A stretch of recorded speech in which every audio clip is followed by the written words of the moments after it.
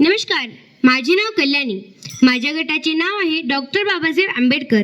माझ्या गटाचे गटप्रमुख आहेत प्रतीक राठोड. आमच्या गटामध्ये एकूण सदस्य आहेत 4. आमच्या गटाला एकूण 7 पुस्तकं प्राप्त झाली होती. त्यामधून निवडून आलेलं पुस्तक आहे भोळातले भूत. मित्रांनो, हे नाव वाचलं की एखाद्याला खूपच भीती वाटेल, कारण की ह्यामध्ये भूत हा शब्द आला आहे. भूत हा शब्द आपल्या सर्वांच्या परिचयातला आहेच, कारण की आपण सर्व भूत करतो आणि अगदी घाबरून जातो. एखाद्याने भूताची गोष्ट काढली की अगदी आपली घाबरगुंडी उडून जाते, कारण की एवढी आपण घाबरतो. मित्रांनो, या पुस्तकाचे लेखक म्हणजेच उत्तम सदाकार या सरांचं लेखक परिचय घेऊन येत आहे प्रतीक राठोड. ममता राठोड. नाव उत्तम सदाकार, राहणार जुन्नर. प्रकाशित साहित्य बालकथा संग्रह आईची माया, पराक्रम, कपटी कोल्हा, आई, जशास तसे, पलायन, प्रेमाची चिंधी इत्यादी पुस्तक प्रकाशित झालेले आहे. बालकविता संग्रह, गंमत गाणी, 22, जंगल गाणी, बालकविता संग्रह इत्यादी प्रकाशित झालेले आहेत. बाल कादंबरी, वनराणी, अनोखी दुनिया, शेरात सव्वा शेर, कथा संग्रह, धोबी पछाड, पाहुणचार, महसोबाचा कोंबडा इत्यादी कथा संग्रह प्रकाशित झालेले आहेत. कादंबरी, देवबाप्पा, बेवारस, कातळडोह इत्यादी. ललित, मनातील गाव, हरवलेले गाव. या सरांना मिळालेले सन्मान: यशवंत पुरस्कार, उत्कर्ष महिला मंच पुणे 2017. आदर्श शिक्षक पुरस्कार, पंचायत समिती जुन्नर 2006.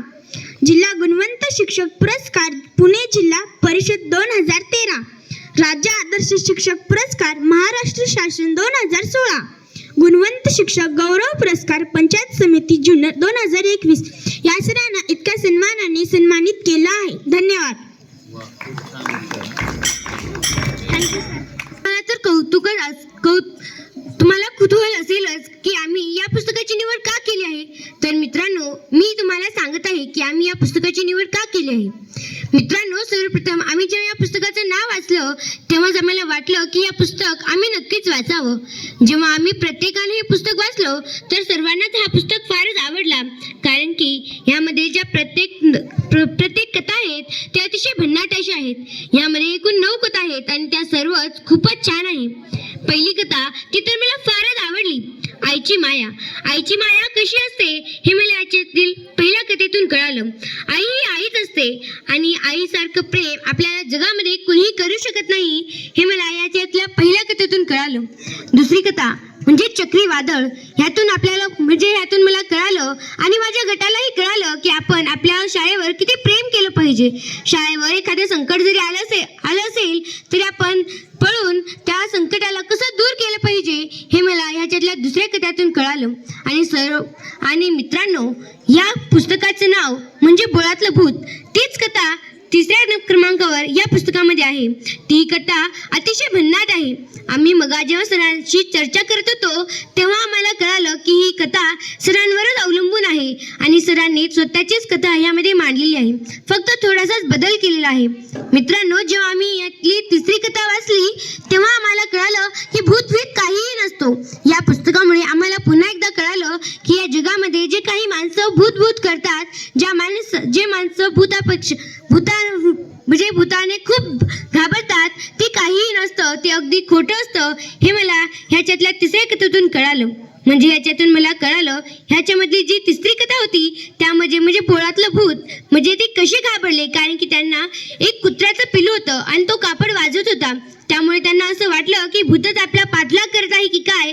त्यामुळे त्यांनी कसा गोंधळ केला आणि जेव्हा शेवटी कळालं की ते भूत नव्हतं, ते फक्त एक छोटंसं कुत्र्याचं पिल्लू होतं, तेव्हा सगळे त्यांच्यावर खूप किती हसायला लागले.